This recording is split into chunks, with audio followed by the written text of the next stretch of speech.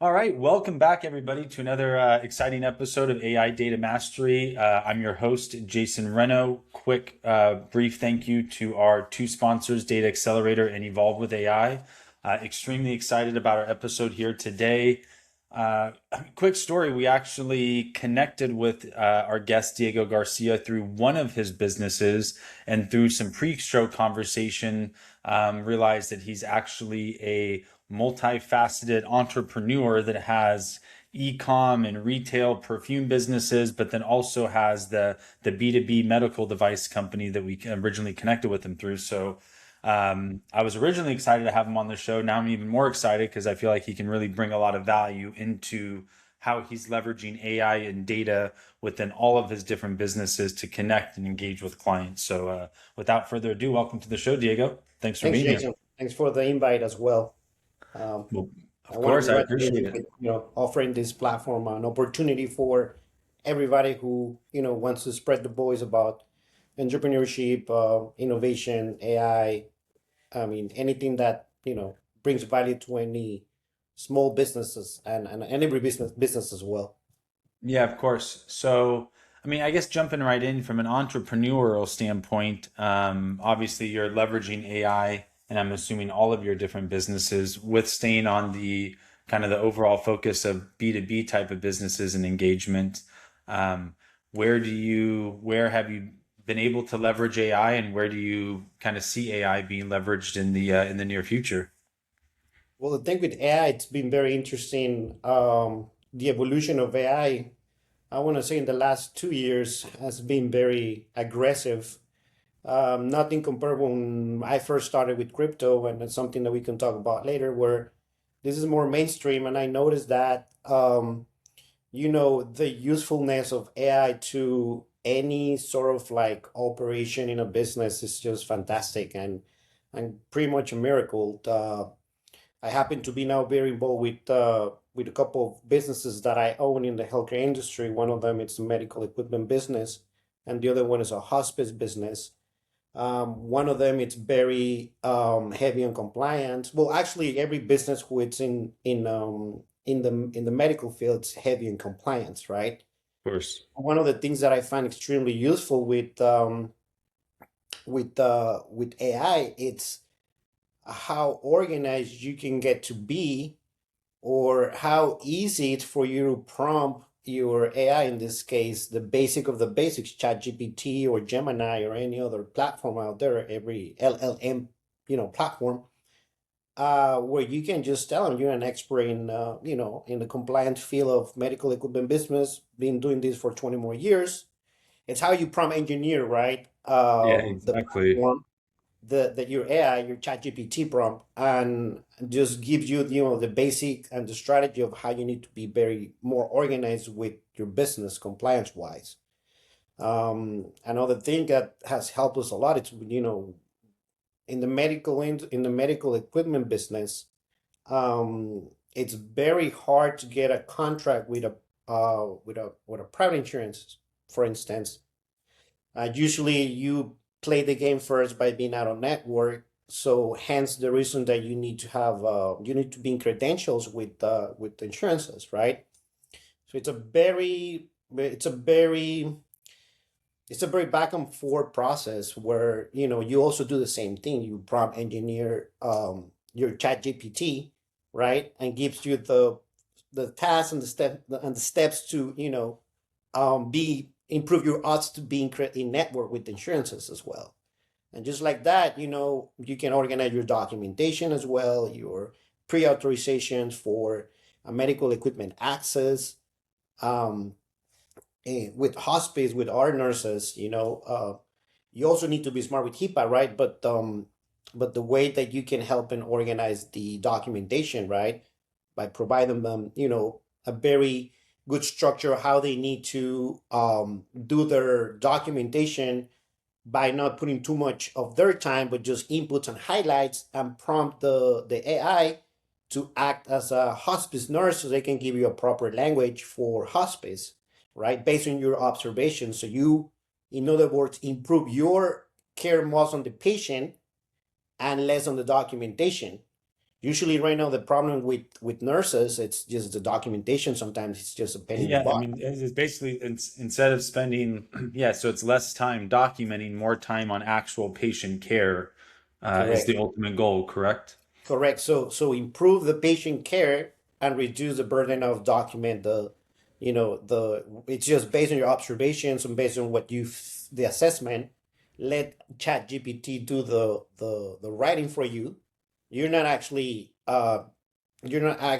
skipping. You're actually still in compliance because you are still need to put the observations of your assessment during your visit, right?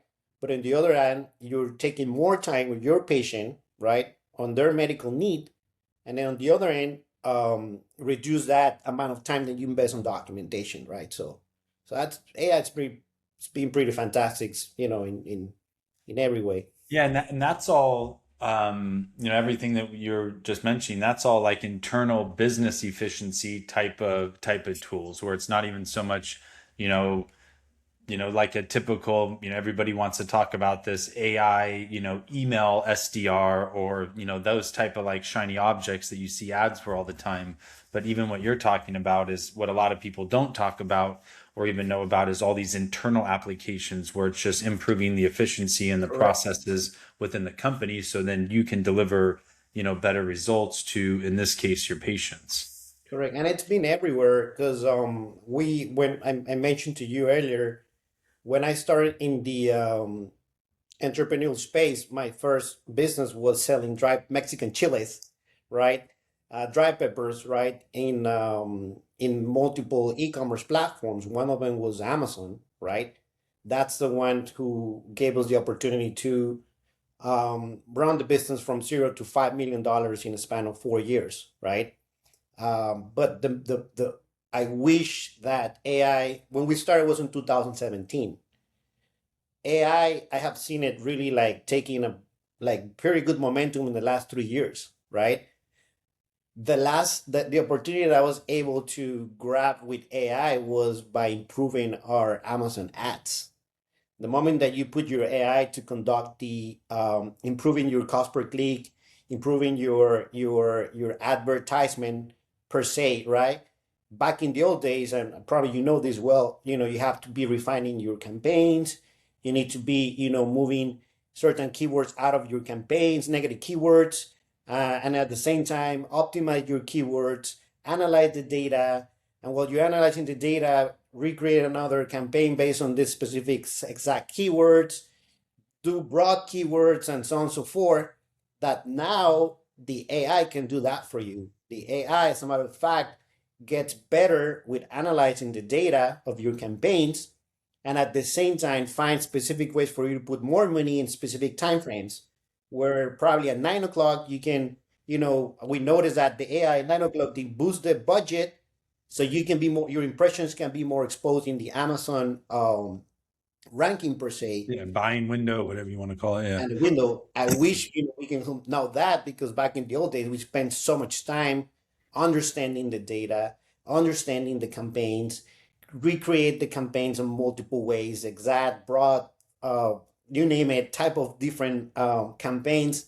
And with the AI, you improve your A cost, improve anything, your margin goes up, and it's just beautiful. Yeah, beautiful is a good way to describe it. Yes, and it's yeah, to your point, with AI, it can even make like real-time optimization. So to your point where, it can optimize and make an adjustment at 9 p.m. if it sees something, if it sees a trigger, a flag, a signal, whatever you want to call it, versus instead of the flip side is waiting till the next morning if a media buyer hopefully checks that ad in the morning if he's assuming he's even checking those campaigns on a daily basis and then optimizing 12 hours to 12 days later depending on how often they're checking things. But the bottom line is yes, it's like real time optimization, where you just can't have that with a human, right? It's Right. impossible. Right. And we talked about last time about, you said something funny about, and I see tremendous value in the space because of this, and hence the reason why when I notice and I go, and I backdate my, I guess being me involved with other businesses, the key was to be involved with boring businesses, right? And we talk about like boring businesses where like Mexican chillers, it's not rocket science, not doing anything sexy out there. But the fact that, for instance, you put that product in an e-commerce platform like Amazon, and then eventually you put AI on to run your advertisement campaign, your ads, right? Your digital ads, so you can improve and be better than your competitors who also are selling chiles. But that it's less competition, but at the same time, you also notice that they're not really that smart. But you have AI, and then you have a good product that's recurring, which is food, Mexican products in Amazon. Let's just do it, even though it's not sexy at all, right? But hence the reason why we were able to grow pretty fast. Another business that we talk about that I shared with you was the perfume business. Like, we bought this retail store in the mall here in Laredo, Texas. And one of the things that we were trying to be more effective was with the POS, right? What type of POS we can use, and so on and so forth. Because this business was using a very old school POS. It was QuickBooks, and it's not really the best. It's just a standard traditional Yeah, POS yeah. that. But we decided to use Shopify. Shopify. We learned about Shopify when we were in the e-commerce business with the Mexican chiles, right? And we decided to place a big bet on converting all our POS in Shopify POS. Shopify allows you to have a POS, right, along with a digital store, right? 2 years ago, I mean 2 years after, who wouldn't thought that, because you are putting your POS with Shopify in a retail store, which is perfumes, it might be sexy for some of them, but it is just a retail, it's a retail business, that Shopify tracks your data, right? And when they see your data, they see your sales, right? And you see the velocity of how you train over that product multiple times, right? And based on that, and through their technology and through the algo, they're able to throw you big credit because they see your performance, they see your historical data, your historical sales. They pretty much know your business better than yourself. Yeah, exactly. And I got surprised the very first time when I got an invite to participate in a $25,000.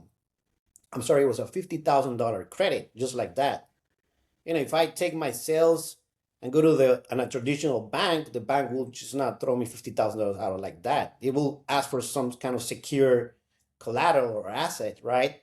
But the fact that now you're running with this like big technology companies, right?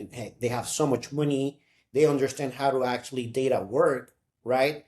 They see the value of you, or not only being an e-commerce, a platform for e-commerce stores, right, out of Amazon, but at the same time being engraved with traditional retail brick and mortar stores through their POS.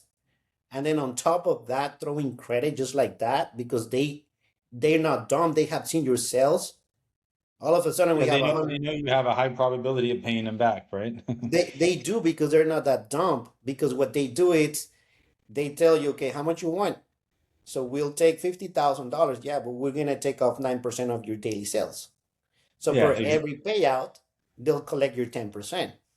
You yeah, so know, they're they guaranteed to do. get paid. They even automate the payout as well. So through that, if you learn how to play with your credit, right, you convert good credit into assets, right, that you can purchase, right, for reinvest your money into reinvest your credit into your company with more perfumes, more, your catalog goes like wider, you have more offering, more, you're trying, Yeah, you're more marketing ad spend, more exposure. There's infinite exactly. amounts of things you can do. Exactly. And then once again, what we talked about last time, a very traditional, old school, not traditional, it's a traditional brick and mortar business, like a perfume business, right? A retail perfume business. Add a little bit of that technology, in this case, a Shopify, that's pretty new in this. It's been in space for a while, but with POS, nobody actually really leveraged that quite much. And now, we were able to scale that through that capital that we were able to generate out of this perfume business. that allowed me to diversify into the medical equipment business. Now, the medical equipment business, as we talked last time, it's very compliance. It's a lot of back and forth with documentation. You need to have a pretty good way to organize your faxes, your communication with the referrals. It's a lot of back and forth. Now there's a different technology that instead of using Shopify or any or any other technology, now we're using AI to automate the process with now medical equipment per se. Very interesting. Um, on the medical equipment side, are you using AI data, things of that nature in terms of finding new clients in that client acquisition process? What does that look like for you guys?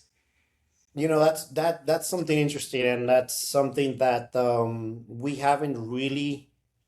I haven't actually get to that level. I'm more right now into optimizing our operation, but I have seen, for instance, the customer support. That's something that I want to really improve. Where now you can program chatbots, or you can actually program AI agents who can conduct the phone call for you, right?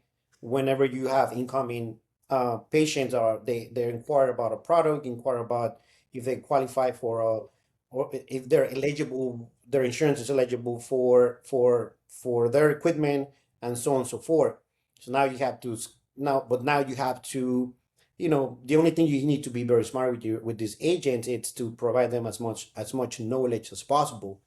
In terms of leads, that's something that I'm very interested to see what's out there in the space with AI, because it's like I mentioned, this is a very old school business, where what I see right now is the traditional marketers who go door by door, right?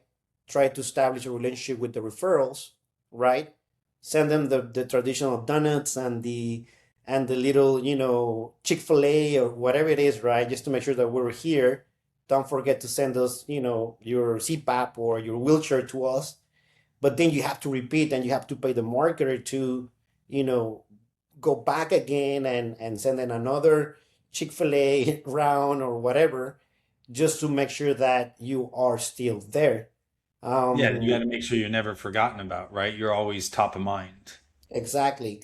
The only that what we're trying to do something different here is just, the Facebook ads and the Google ads as well, where you put some digital ads, something different. Um, what I feel that it can be very efficient AI, it's on creating very interesting video AI ads that you can put some money on Facebook, and then have create a landing page, or have them somebody just call you right on the spot. And now on the other end, have your AI. Whenever you receive the incoming call, you have the AI already with the knowledge of what needs to understand whenever somebody's gonna place a call. Now you have AI videos, and AI chatbots or AI agents conducting the service now. Now you Yeah, have to be. exactly. And those Yeah, AI agents is basically your initial point of contact, your front line. And then once they engage with somebody, they deem them as a qualified client. Then they can pass them on to a human for further relationships or closing deals or things of that nature, right? right, right. So, and that's the interesting part. Yeah, I mean that's kind of, I don't know if we touched on this on the pre-show, but that's a lot of the times what I try to explore is like where, every B2B business is going to be slightly different, but how much can we get AI involved, AI and automation involved in that client acquisition process without breaking trust or credibility? Because I do still think in every B2B type of transaction, you still need a human and that human interaction and building that trust and credibility and building that relationship.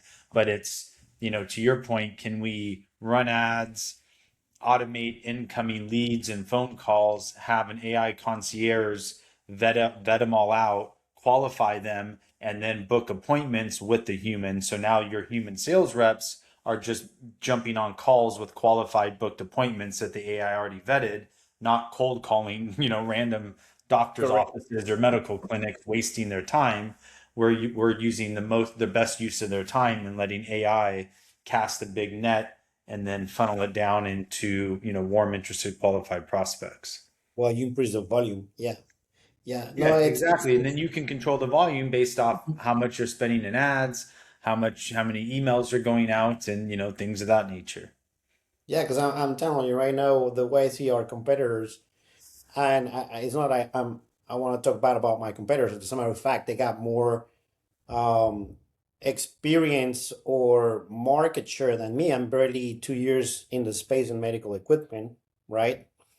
But coming from a mindset of innovation on automation on standardization as well, and add AI in the mix, that's something that we want to really be a unique proposition to referrals with our technology. But it's going to take time, and at the same time it's also going to take a team for us to help us on different roles.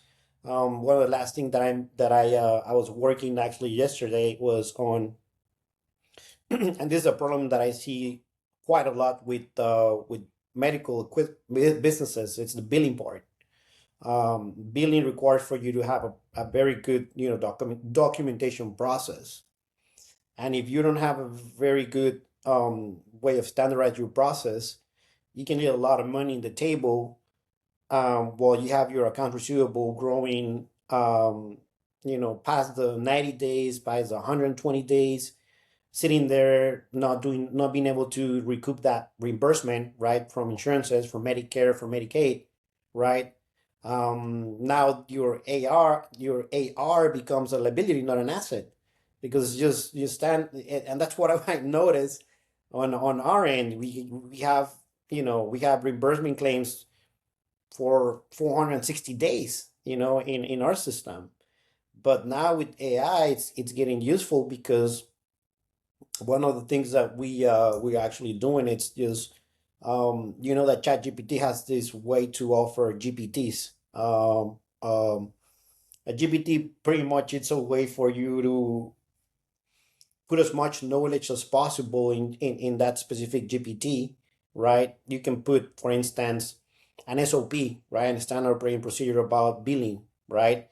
So the GPT understand what's your standard operating procedure on the billing side between your biller, between you as an internal biller, as an internal account receivable, whatever it is, with your biller, right?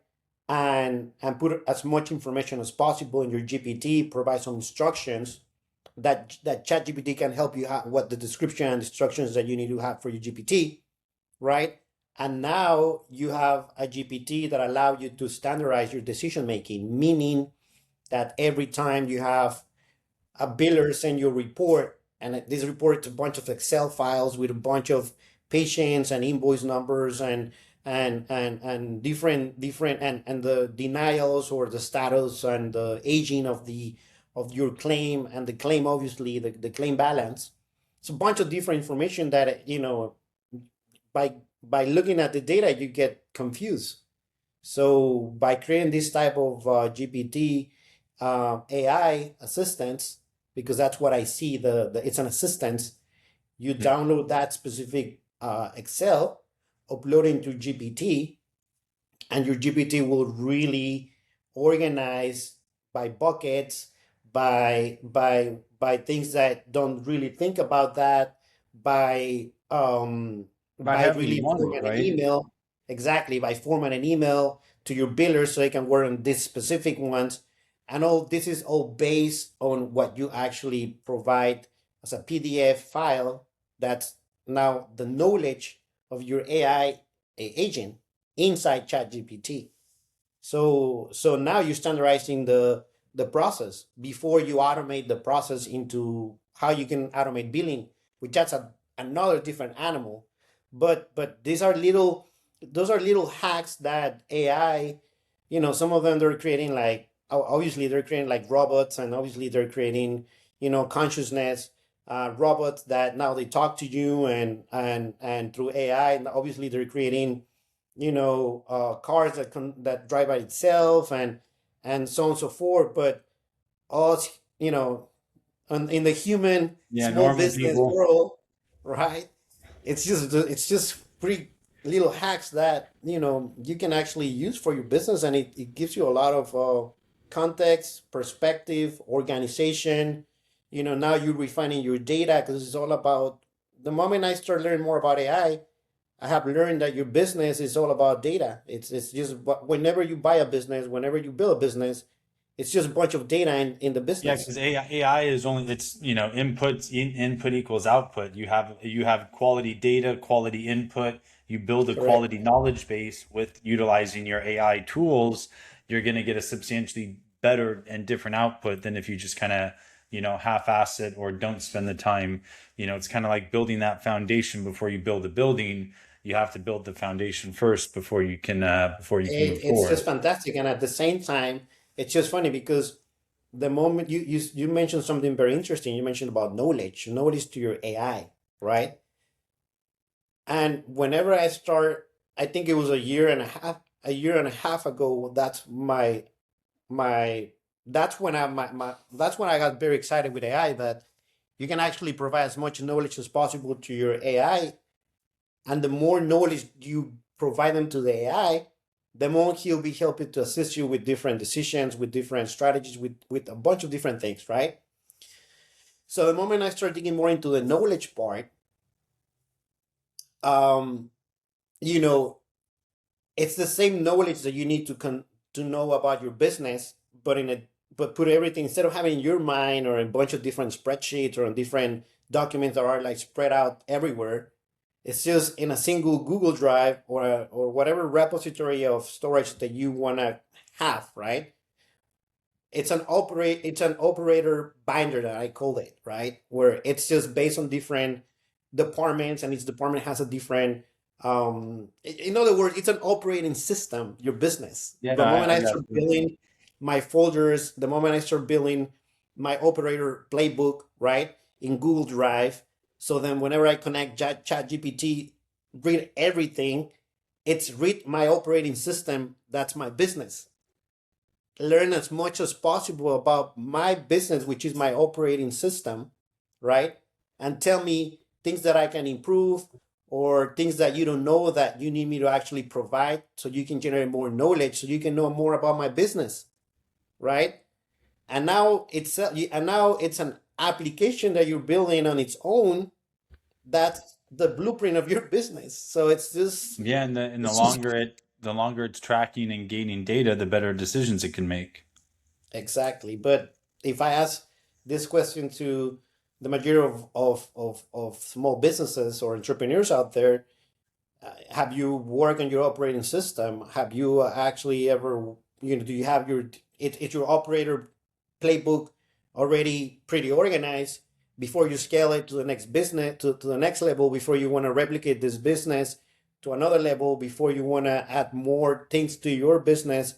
It's something that it took me time for me to learn, but now it's an asset, and it's something that you need to have, so that whenever you put on AI in place, or whatever you want to just put in place, it's your entire blueprint of the business, that now you have an AI assisting you on that. Yeah, I agree 100%.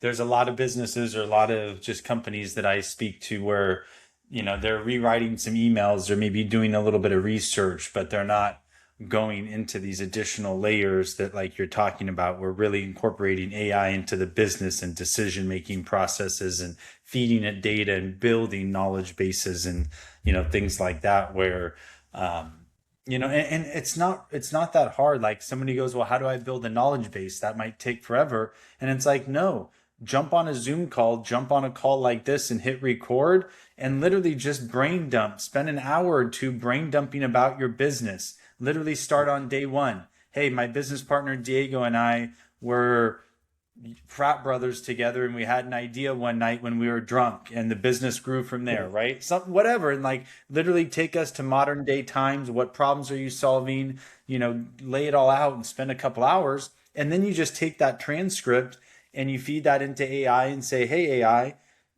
chat GPT, whatever, build me a knowledge base based off this transcript. And there's your starting point. Now you're going to have to review it and refine it. And now you can add to it, but it gives a very good starting point. And what I find is if you have the owner themselves record that knowledge base, then AI can learn not just about the business itself, but about the owner. How are they talking? How are they representing the business? How do they speak about the business? What words do they use? What Correct. kind of dialect and phrasing and that type of stuff. So it's a big step versus just having an AI scan a website for information. Having that owner involvement in that recording and those transcripts makes a big difference. Correct. And another thing that now it's wide open in the space for AI, it's voice prompt. Now you can actually talk to ChatGPT, right? Pay your pay your $25, whatever monthly subscription is, I right? couldn't tell you the last time I typed something into Chat GPT. I mean, I just hit the microphone, tell it exactly what I want it to do, cut and paste some It's transcripts or perfect. I whatever feel I like need to Tony do. Stark every time I talk to ChatGPT and Do you he's do you do you responding me say back. are you Huh? polite? Do you say please and thank you?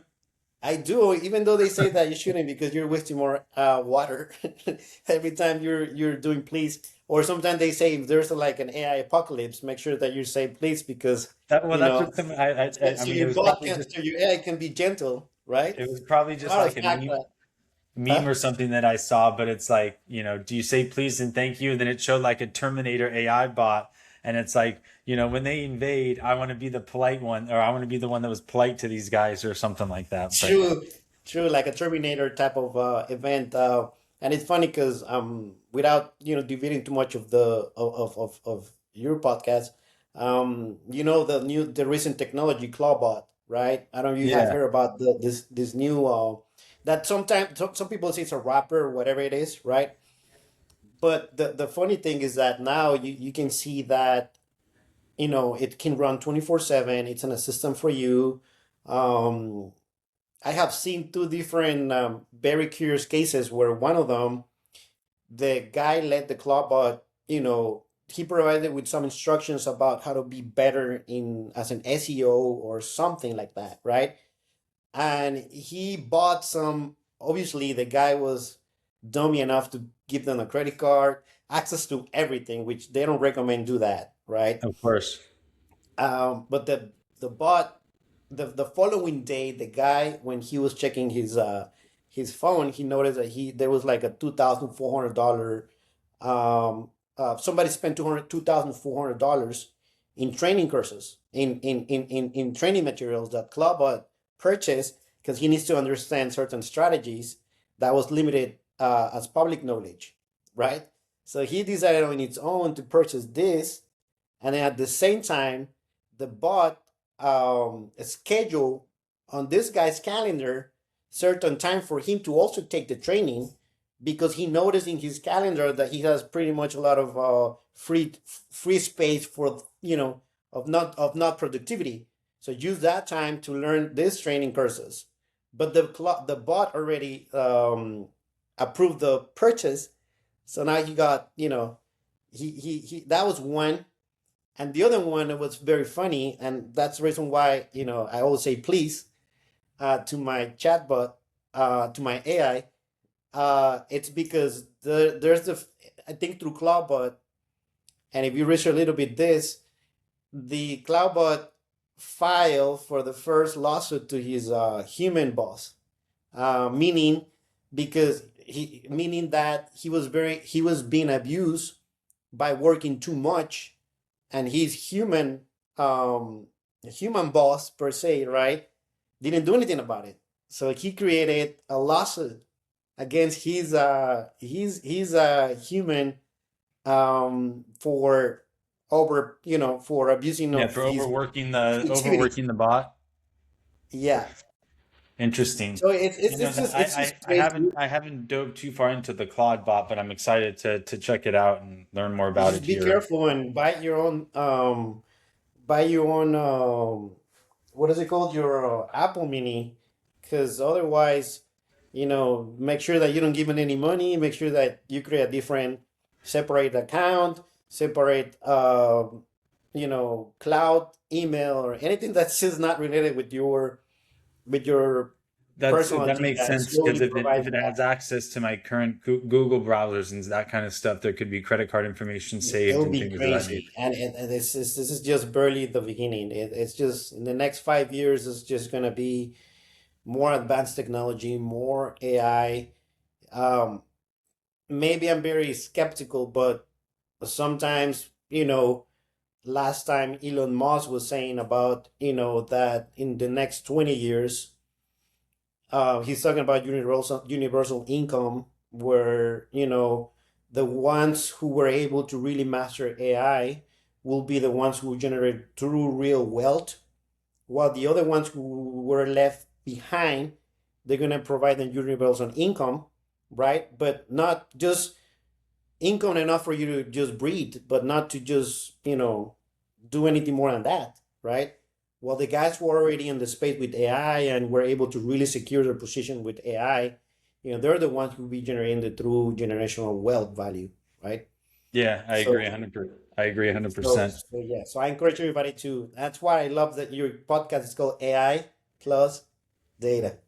Yeah, exactly. We got to educate, obviously we're trying to educate B2B business owners, entrepreneurs, those unsexy. I mean, you came into you came into your B2B business with a tech forward mind, being in that B2C ecom type of brand. Most business owners or business leaders that I speak to, it's typically different. They came into it from like the gentleman I just did a show earlier today.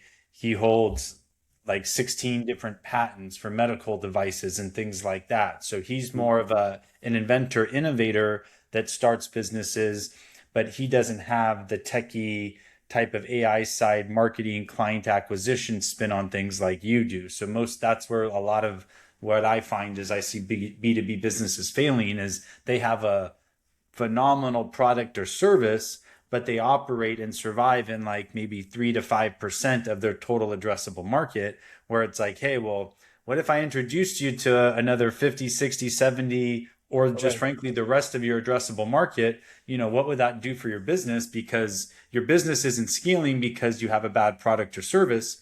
Your business isn't scaling because your addressable market doesn't know who the hell you are, right? So let's go solve that problem first, and then then we can work out the kinks of the rest of the stuff. But that's why there's more enough to have people like you Well, there to you get go. your surveys. You're I, already. I, I appreciate that. Well, as we sign off here, I didn't realize we're approaching 40 minutes. As a entrepreneur, I'm just curious, is there any books or podcasts or anything that stands out to you that you like to engage with? Or I guess just short question is, what's your favorite podcast right now? I used to say go watch as much AI videos as possible, but now I need to reverse the question to start with your chat GPT and ask them questions about how to start something, how to organize your business, how to implement AI you own this business. How can AI or chat GPT help you, right, with your business?